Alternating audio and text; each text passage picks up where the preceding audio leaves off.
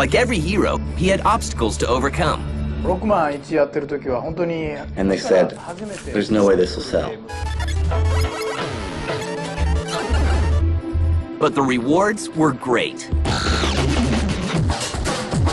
If they didn't have Mega Man, I don't even know how they'd be surviving today, honestly.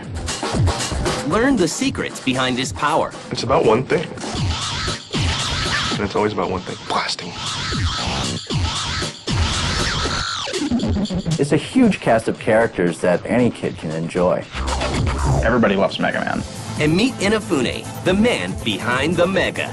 I had no idea my luck would go this well, that this character would be this great and last this long. So yes, it was a huge surprise for me.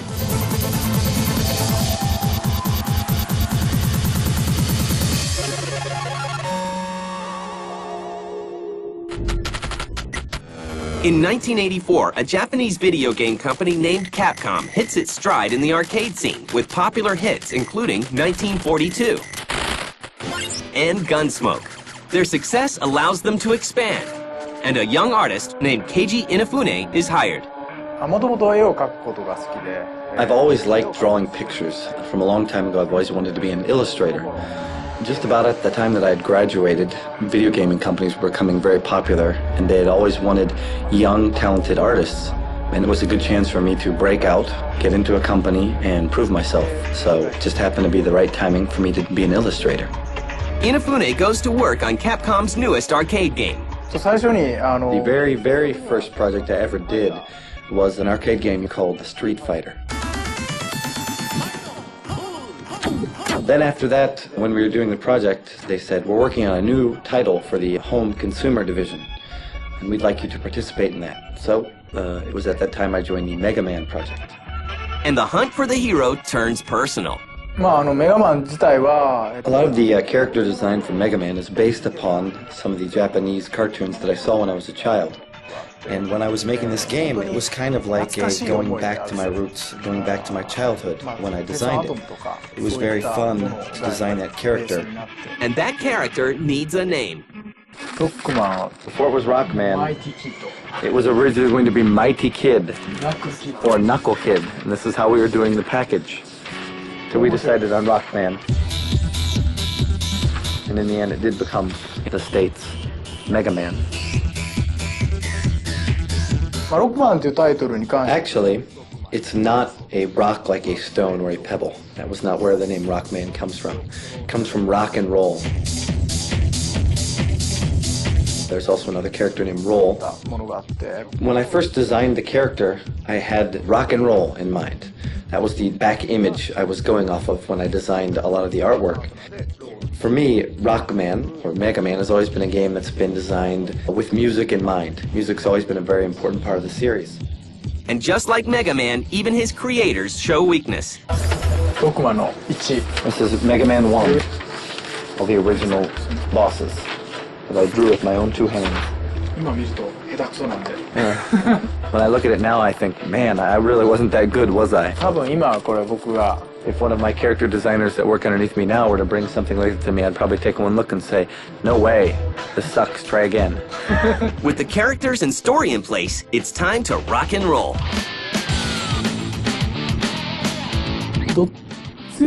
Basically, when you think about it, there's not something in the world that is just stronger than everybody else. Almost everything has something it's stronger than and something that it's weaker to.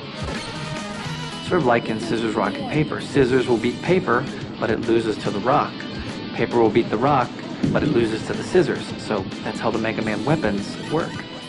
And now it's time to introduce the twist.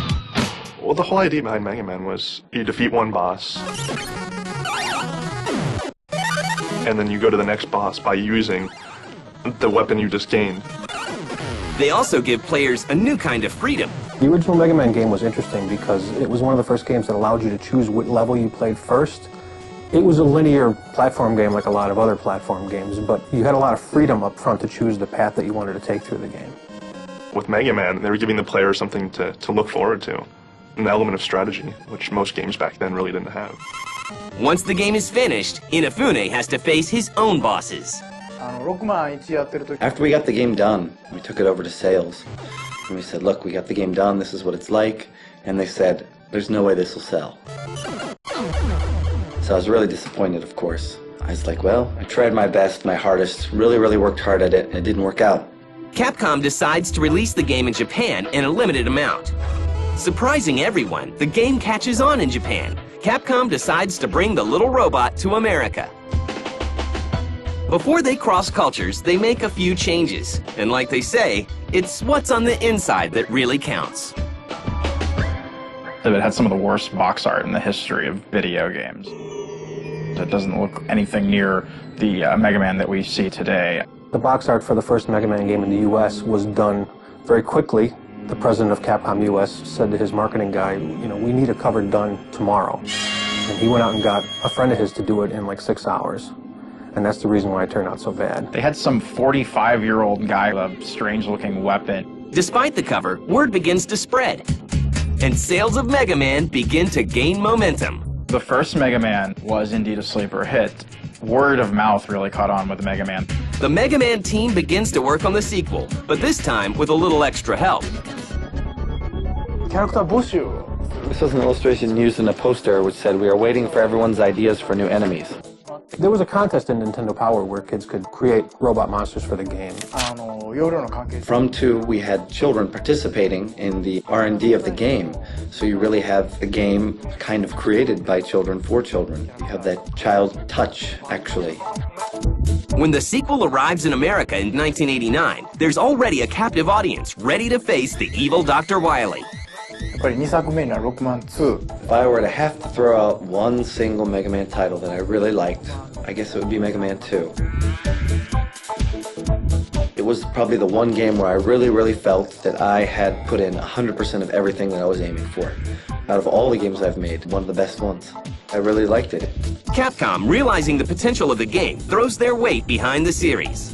When we made the first Mega Man, you're always limited by memory, how much space you have on the cartridges, and we had tons of characters that we had created that we all wanted to fit in the first game that we couldn't.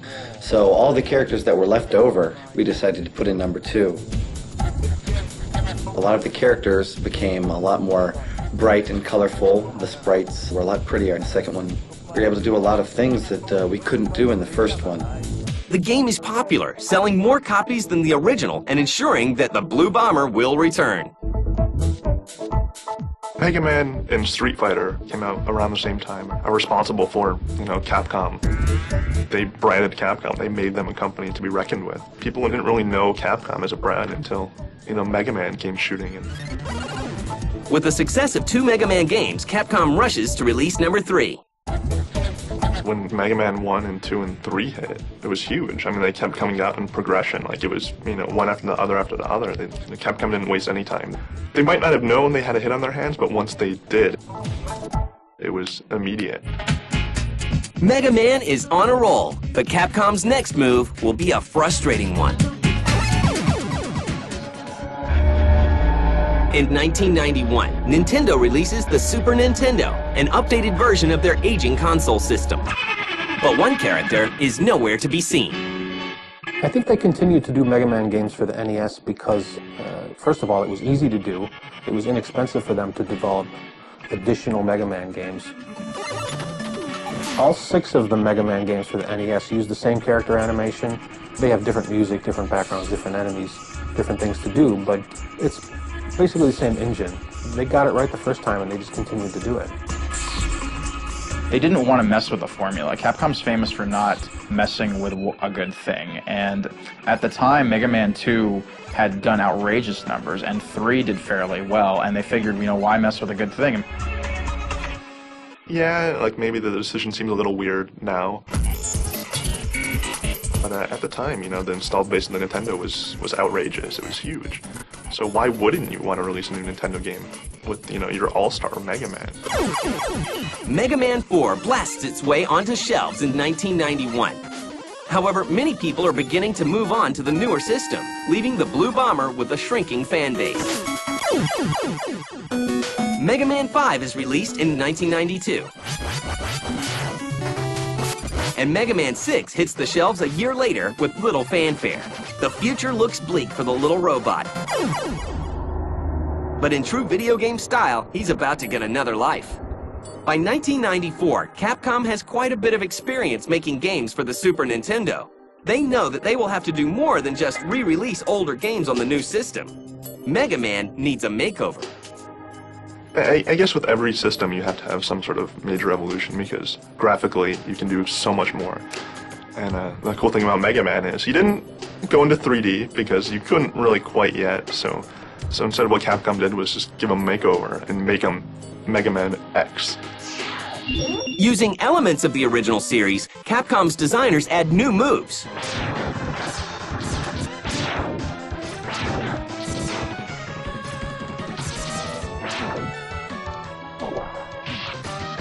And new characters to give gamers a different experience. Yeah, the Mega Man X series was very different from the originals. It still had the same type of gameplay. The character was similar, but it took place in a different time frame. The Mega Man X games are harder. I tend to not like the Mega Man X series, mainly because it's really hard. I feel like breaking my controller when I play them. They're much more serious in tone. The boss characters in the original Mega Man games are a little more comical and lighthearted and more colorful. The Mega Man X characters are hard and metallic, and some of those games are brutally difficult. Yet the game finds its fans. So it was this really cool techno quality to Mega Man. It was really neat. Like, all the bosses were a lot more extravagant. All the sprites were a lot more colorful. Instead of the basic Flame Man, you had like mantises and peacocks and all these really extravagant creatures and bosses that you really didn't expect in the Mega Man universe. But when they make a flamingo robotic, it's cool for some reason. Dr. Wily knew what he was doing. Mega Man X arrives in stores in 1994. And Mega Man fans take notice. Mega Man's popularity is on the rise, and Capcom releases two games only a few months apart, Mega Man X2 and Mega Man 7. For the first time, Capcom allows two separate series to continue simultaneously, both the X series and the Classic series. It got to a point where there was just a new Mega Man game coming out practically every year. I don't know if everybody was on top of that and was just continuing to buy all the Mega Man games, but the fact that there was a steady stream of games with that character in it, really guaranteed that he would continue to be successful even when the newer systems started to come out. Mega Man X3 arrives in stores less than a year later, but once again, the video game landscape is changing, and Mega Man will soon find himself homeless. By 1997, Nintendo has retired their Super Nintendo, and Sony's PlayStation is sending shockwaves through the industry. Capcom moves ahead. To mark the 10th anniversary of the Blue Bomber, they decide to release Mega Man 8, an update for the Classic series, for the Sega Saturn. Ready. Fearing the competition, Sony also agrees to release the game. But they have a condition. And Sony insisted that the PlayStation version of Mega Man 8 have something different, special, additional, that the Saturn version didn't have. They ended up including a commemorative booklet that showed all the different boss characters from various Mega Man games, just so that Sony could say, hey, the PlayStation version's got something the Saturn version doesn't have. Mega Man finally arrives on Sony's new console, but his next jump will be an unexpected one.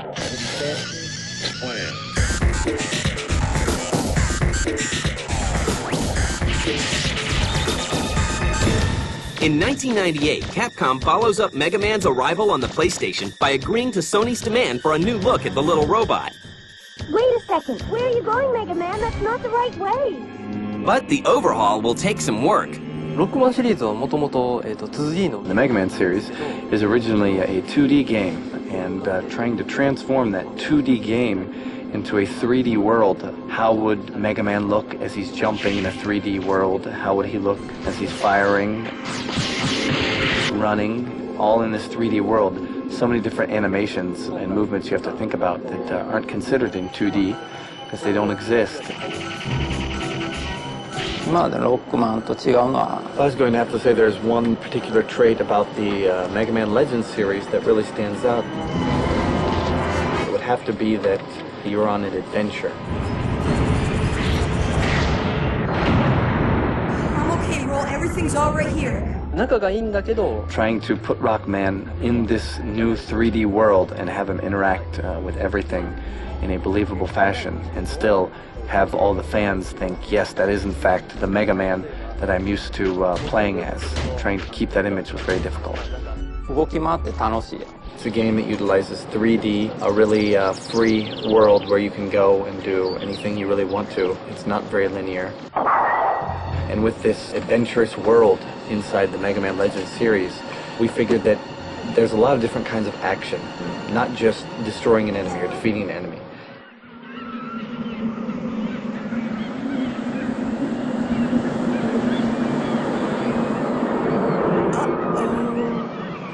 Other kinds of action are just, for example, walking down the road and maybe you kick a can or you shoot down a tree or something like that.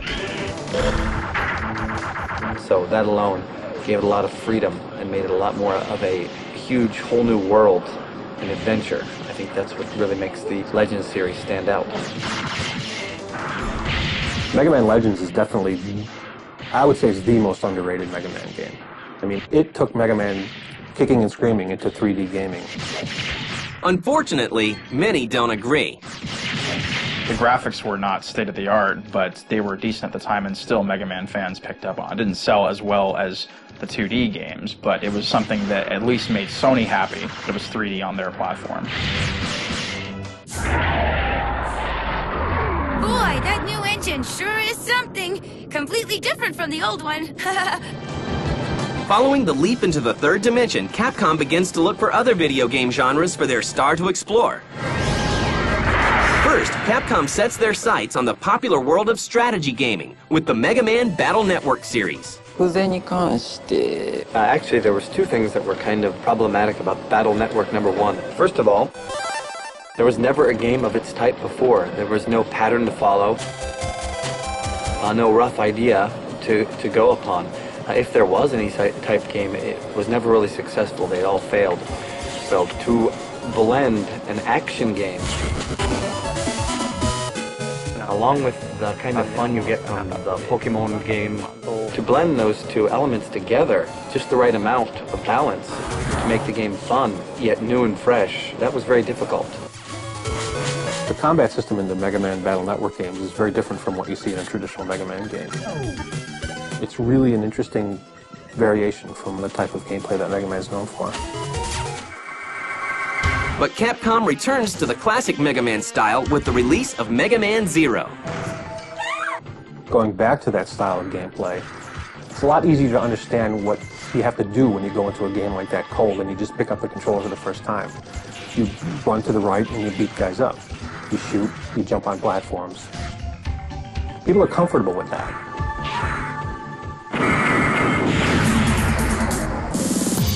In 2003, Capcom celebrates the 15th anniversary of its beloved character and releases updates to all three of its ongoing Mega Man series. Mega Man X7,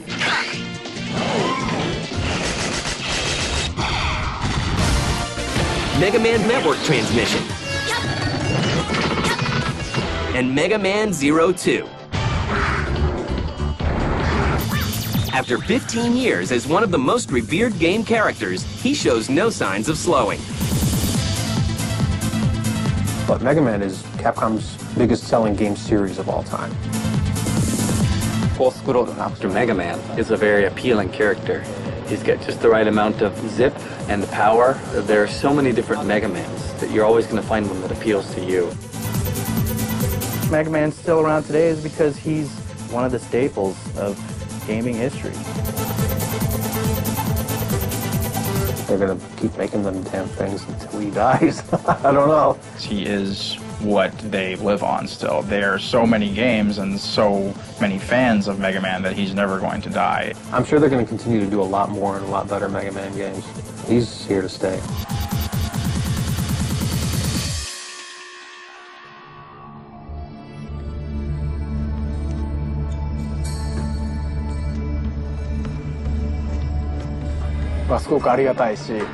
I've been making Mega Man for about 15, 16 years now.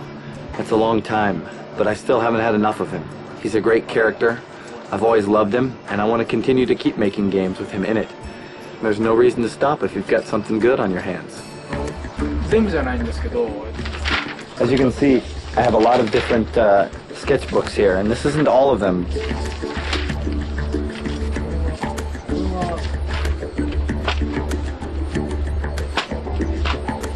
There's a lot of enemy characters that have gone unused, but the ideas do keep coming. So many books, so little time.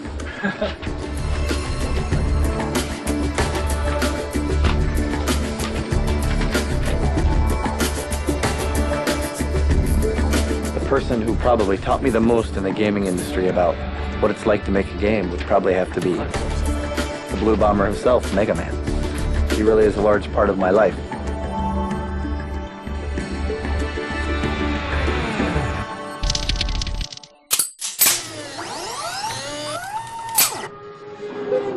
Put down the controller for just a couple minutes. G4, the only TV network dedicated to video games, delivers breaking news, Welcome to Pulse, your weekly look into the world of interactive entertainment. fresh reviews, The characters are kind of nifty. cheats, Strategy, secrets, and cheats for your favorite video games. and players. I am the player. G4, TV for gamers. If you don't get G4, call your cable operator or satellite provider.